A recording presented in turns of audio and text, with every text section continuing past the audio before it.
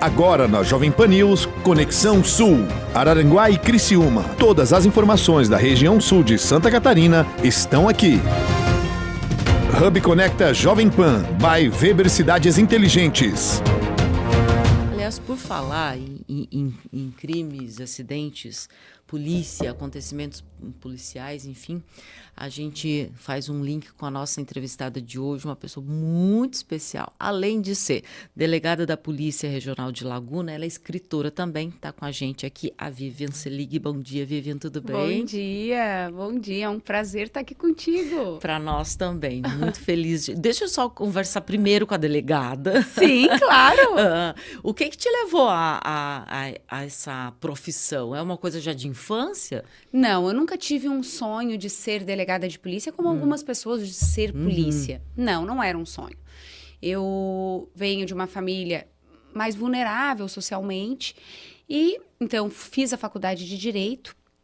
E quando finalizei a faculdade de Direito, eu queria muito passar num concurso para buscar... hoje que a gente até fala, né? A dita estabilidade, que de estabilidade não tem nada, né? Porque a vida é um movimento, é uma constante instabilidade, né? A nossa vida. Mas, naquela época ainda, queria muito passar num concurso e naquele período, lá nos idos de 2005, não abriram muitos concursos.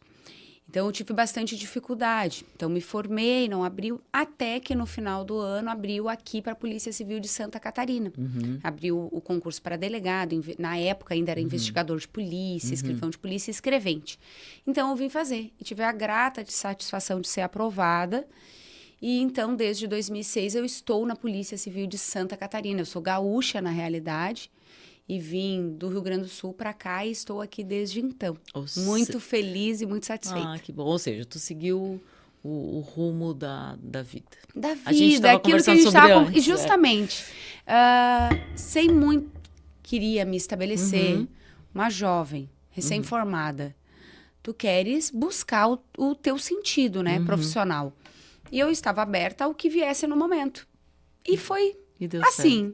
Né, o universo conspirou para que eu me tornasse delegada aqui em Santa Catarina. As coisas que têm que acontecer, elas vêm espontaneamente, vêm até quando a gente nem espera, justamente. Nem acha que não precisa, inclusive.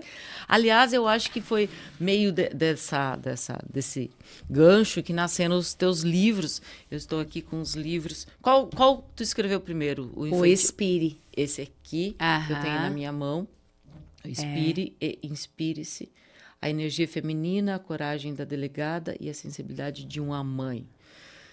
Começou como que vou desabafar para mim mesma e depois vou desabafar para o mundo? Eu pensei assim, vou escrever um livro e tenho que pensar em qual papel que ele terá, especialmente para as mulheres. Eu tinha já esse desejo, um dia eu vou escrever um livro, Com a vinda da pandemia, essa vontade, ela cresceu. E vieram muitos insights. Muito despretensiosamente, mas vinha de forma muito intensa. E a partir dali, então, no meio daquela catástrofe de saúde, eu comecei a lapidar esse livro. Então, em 2021, ele, inclusive, não pôde ter um lançamento oficial, porque nós tivemos no mês de março, eu queria que ele tivesse um lançamento no dia 8 de março de 2021, no Dia Internacional das Mulheres. E veio a segunda onda da Covid, então tive que suspender, aí acabamos fazendo um lançamento online, né, como uma pré-venda. Só que o resultado foi tão bom que aí perdeu-se um pouco do sentido de um lançamento efetivo. Porque as vendas foram realmente muito grandes, as pessoas, assim, era uma coisa muito engraçada. Tu comprava, aí tu lia, aí tu, eu tenho que dar esse livro para aquela amiga, para minha tia, para minha mãe. E aí, assim, as mulheres muito empolgadas, e eu venho muito numa característica de tentar incentivar as pessoas a lerem, a retomarem o hábito da leitura. o quão importante é esse hábito. E nós ficamos tanto aqui, ó, perdendo tempo no celular, com conteúdo às vezes que não são produtivos. Não. Então a gente não consegue ter ainda aquela capacidade de seleção efetiva. E o livro, ele é tão importante para a nossa formação como humano. Então, meu objetivo hoje mesmo é que eles fiquem, que eles se eternizem. Nós iremos embora em determinado momento, mas os livros ficam. É verdade. Então, tu atingiu o público que tu estavas pretendendo mesmo, né? Sim, que eram as mulheres. Tem que ter muita coragem de fazer meio que uma autobiografia e contar a sua própria história e expor, assim, né, Vivian? Tem. E ele é um livro, assim, que ele traz a minha história, aborda assuntos relevantes como a mulher em sua essência, a sua constituição efetiva, a questão cultural ao longo da história de diminuição, de subjugação da mulher no início, né, no primeiro eixo do livro, e o quão importante é nós não nos desconectarmos dessa mulher que existe dentro de nós.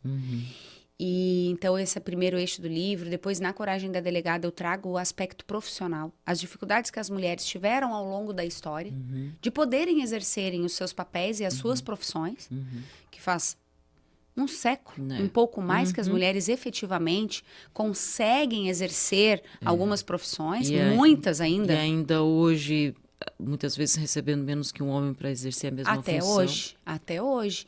E se nós formos analisar, não faz um século que as mulheres não podiam exercer algumas profissões. Na segurança pública, no nosso país, só para a gente trazer de forma muito rápida, as primeiras mulheres que ingressaram nas forças de segurança aconteceu na década de 1950, no estado de São Paulo, especialmente na polícia militar, que é uma polícia preventiva, ostensiva, mas essa entrada das mulheres nas forças de segurança foram limitadas, ou seja, elas não podiam exercer de forma plena aquele papel policial. Só algumas funções burocráticas, administrativas, e que a gente sabe que ainda até hoje, mesmo que indiretamente também acontece. Acabam sendo induzidas e encaminhadas para setores assim, então já que tu é mulher, tu fica aqui, que tu tem mais jeito, não abrindo portas para outros desafios. E que, bom, quem é mãe, eu acho que... Não só mãe, eu acho que toda mulher vem com um poder muito, muito grande, cada um dentro da sua habilidade. Mas a gente vê no serviço público, por exemplo, numa prefeitura, que as secretarias de saúde, educação, assistência social, geralmente são mulheres, e eu acho que ok. Mas a gente não vê isso na Secretaria de Administração, na Secretaria de Obras, de Transportes, de Agricultura, na Casa Civil. A gente não vê. E eu fico me perguntando, mas será que não dá conta? Né? Essa é a grande questão, porque é um reflexo sociocultural da nossa história de que a mulher ela está conectada a profissões de cuidado. Essa é a grande questão. Essa é a grande questão. Quando se tem pais idosos, quem acaba dos filhos acabando meio que assumindo o fardo, a responsabilidade? As filhas, mulheres. Quando, em todos os vieses, nas questões profissionais, nas questões do trabalho, dentro das famílias, a mulher parece que tem uma corresponsabilidade, um fardo do cuidado. Parece que assim, não, tá no gene dela, ela tem que fazer isso, é uma obrigação dela. Nem toda mulher tem. Nem toda mulher tem. E nós conseguimos constatar isso de forma muito tranquila dentro da própria Polícia Civil. Nós temos muitas delegadas de polícia que não gostam de atuar nas nossas DPCAMs, que não têm expertise, que não têm, digamos, aquela habilidade específica. E gostam de trabalhar em outros setores. Mesmo que não tem habilidade, né, Vivian? É o fato de querer e se propor, independente se é homem, se é mulher, se tem determinada atividade para fazer. Mas é que eu não gosto, que eu sou mulher. Eu não gosto que eu sou homem. Não gosto, tem coisas que tem que fazer. Tem que fazer. E aí, assim, mas o quê? Via de regra, por conta desse reflexo sociocultural, se tende que as delegadas precisam estar em DPCAMs. Entendeu? Querendo impor algo. Como se ali fosse só o nosso papel. Como se uma mulher não pudesse assumir, por exemplo, uma divisão de investigação criminal. Pois é. Essa é a grande questão. Pode, pode. Então, assim, um homem pode tocar com maestria, pode coordenar uma DPCAM de forma muito boa, pode também. Pode também. Porque ele vai ter as suas habilidades, as suas características para aquele público, digamos assim. Então, essa é a questão. A gente ainda vem numa sociedade muito arraigada nessa questão dos papéis de homens e mulheres. E aí tu traz essa reflexão aqui Trago muitas reflexões.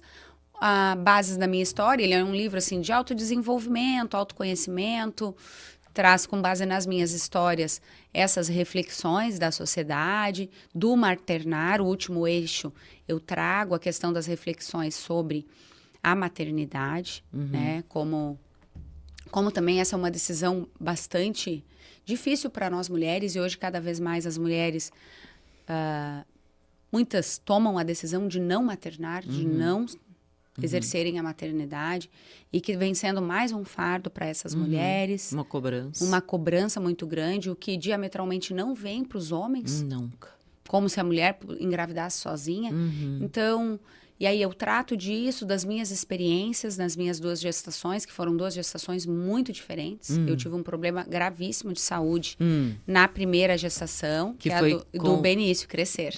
Com o Benício. Que é esse livro aí. Que na realidade eles são 2, isso é genial, mas é o Benício, então. Isso, na primeira gestação eu tive pré-eclâmpsia.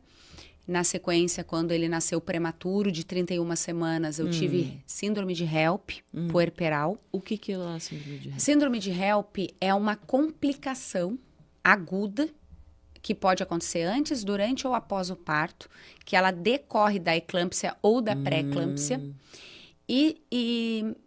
Ela age como se desenvolvesse uma falência múltipla dos órgãos dessa gestante, dessa pós-gestante, dessa puérpera. Tá. Então, nesse caso ali, especialmente o que acontece, a pressão dessa mulher, que no caso a minha, no episódio, ela exacerba muito rapidamente, e tu pode ter hematoma de fígado, derrame pleural, e realmente ocasiona a morte da gestante. Era muito comum antigamente as mulheres, logo em seguida do parto, 2, 3 dias, morrerem. E não se sabia muito bem o que acontecia. E hoje existe esse diagnóstico, é o HELP. Eu tive, né, a sorte de estar ainda no hospital quando eu tive o episódio.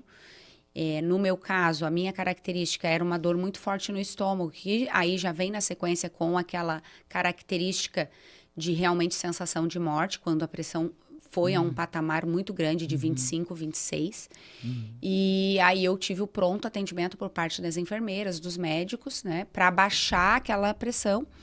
E só que a partir dali tu tem os resultados dessa pressão exacerbada, e o teu próprio corpo, ele precisa voltar ao normal. Não existe um tratamento. Uau! Isso. Então, o meu filho estava com 31 semanas, internado na UTI, e eu internada junto com ele. Também fiquei. Tu estavas consciente o tempo inteiro do que estava acontecendo? Tu sabia o que estava acontecendo? Todo o risco? Todo risco. Todo risco, assim, de forma plena, não. De que eu poderia realmente morrer naquele momento. E seria questões, assim, de minutos. De não controlar, o que acontece? Pode estourar o fígado. E estourando o fígado, acabou. Então, é realmente bastante grave. Tem que haver um controle das nossas gestantes. Não se fala muito sobre esse assunto, sobre todos esses reflexos. Eu trago um pouquinho. Não se fala muita coisa sobre gestação, sobre parto, pós-parto. Não se fala quase nada.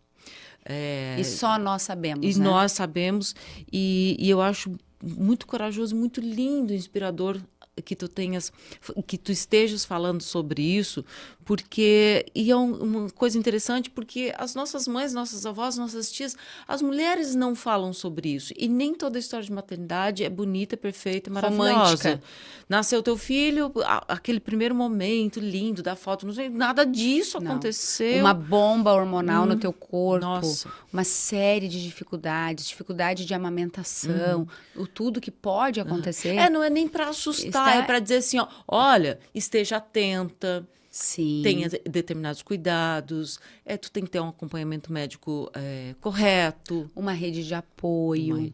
Uma rede de apoio. O cuidado dessa mulher, o pós-gestação. Porque as atenções Ficam pro bebê. todo pro bebê. E essa mãe tá ali, levando toda aquela carga.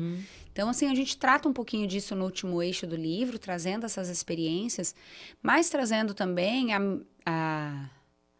digamos, esse calor que é também a maternidade, que é algo singular, maravilhoso, Não tem nada e igual. a coragem também que eu tive de ter a minha segunda gestação e o desejo que eu tinha de ter uma gestação tranquila, de ter uma gestação sem um problema. Mas deixa eu voltar àquele momento em que a complicação se instalou, tu soube da gravidade da coisa, era questão de minutos, evidentemente que a tua assistência médica naquele momento fez toda a diferença e evidentemente não é uma questão de crença, o que Deus tinha reservado foi o que aconteceu. Mas na tua cabeça, independente da assistência que tu estava tendo, o que se passou pela tua cabeça?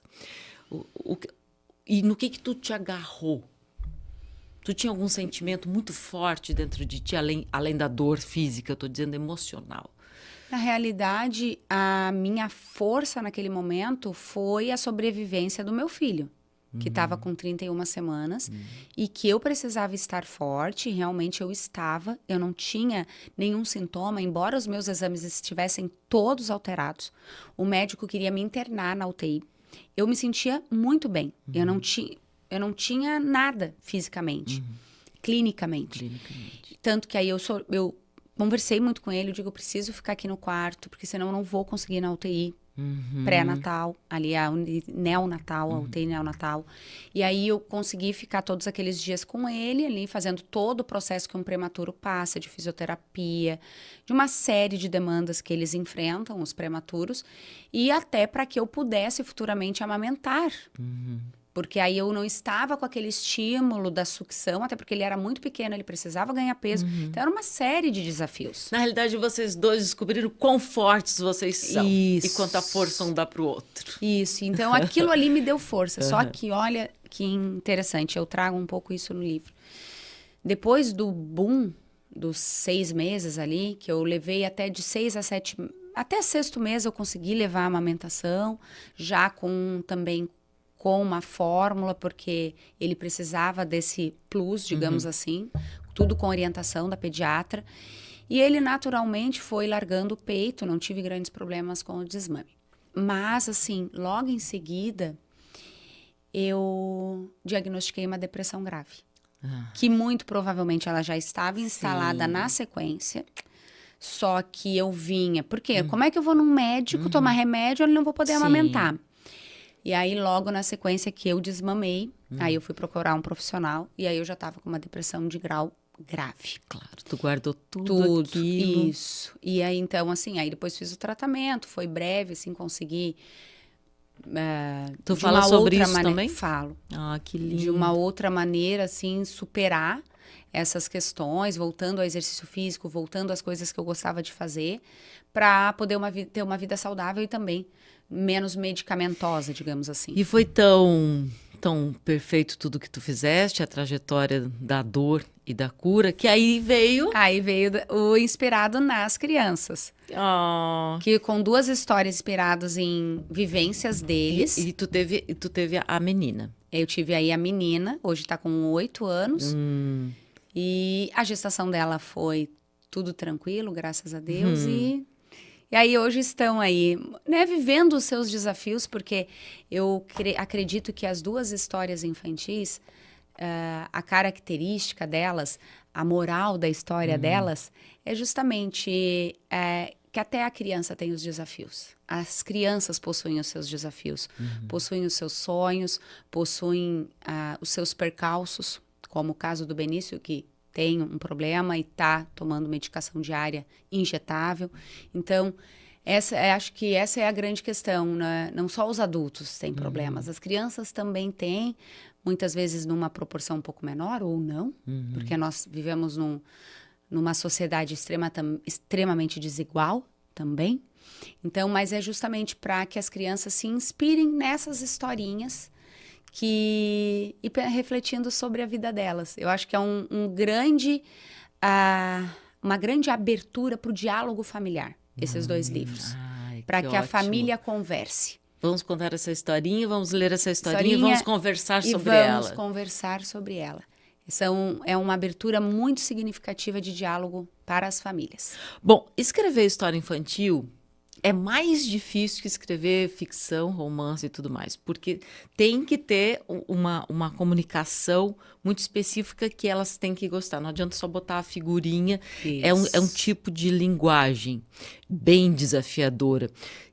Quem te acompanhou? Como é que foi? Porque certamente a história nasceu de ti, mas como é que tu adaptou isso a uma realidade infantil? Então, o processo de escrita fluiu muito tranquilamente, assim, o cuidado muito de como passar aquela história para que a criança não se estigmatizasse. Esse foi a minha maior preocupação. Mas, dentro do desafio de escrever um livro infantil, a grande questão é a ilustração. Porque é na ilustração que a criança utiliza a imaginação. Ela associa, né? Ela vai associar a história e ela vai buscar dentro das imagens aquilo que está se querendo passar, né? Então, o processo criativo mesmo, ele aconteceu junto com a ilustradora. Que bacana. Foi junto com a ilustradora, pensando nessa parte desse texto, o que nós vamos colocar? Nessa parte, nesse texto, o que a gente quer passar? Então, com uma ilustração mais leve, sabe? Então, a dinâmica, a técnica utilizada, então tudo isso foi muito pensado, foi o período mais complexo e demorado do livro. É interessante que ela se conta em vários... Essa história, a estrelinha, uma história sobre determinação, as páginas são marcadas com estrelinhas, aí tem ela fazendo uma estrela e a cor amarela está em todas as páginas. Aí tem várias associações significativas que a criança vai obtendo. Isso é muito, muito bacana, muito legal. Como é que faz para adquirir os teus livros, Vivi? Então, eu estou aberta para toda a sociedade ali no Instagram. E na minha bio tem um link que ele direciona para a aquisição dos 2 livros, né? Seja o Inspire e Inspire-se, como os livros infantis, que na realidade é um livro 2 em 1. Então, a pessoa compra um livro e ganha 2. E tá ali, a gente posta para o Brasil inteiro. Olha, tá sendo bem legal. É esse @ que tu me passaste isso, aqui? Isso, o @ Garcia Selig. Selig é SELIG. @ Garcia Selig. E tu vai fazer uma cópia desse livro aqui hoje na DPCAM? Isso, eu entregarei uma cópia desse livro aqui para a DPCAM. O que aconteceu? Todas as DPCAM, eu pedi autorização da Delegacia Geral e todas as DPCAMs do nosso estado, que são 32, receberão um livrinho para que as crianças que frequentam essa unidade, e nós recebemos muitas crianças na DPCAM, não só na condição de vítimas, mas também como filhas e filhos das vítimas, né? Especialmente das mulheres vítimas de violência doméstica e familiar, que acabam indo para as delegacias com os seus filhos. Então, geralmente nas DPCAMs nós temos espaço Kids, né? Um espacinho para deixar a criança ali num ambiente acolhedor. E ali a gente sempre deixa livre. Então, terá um livro escrito por mim em cada DPCAM aí do nosso estado. Que lindo.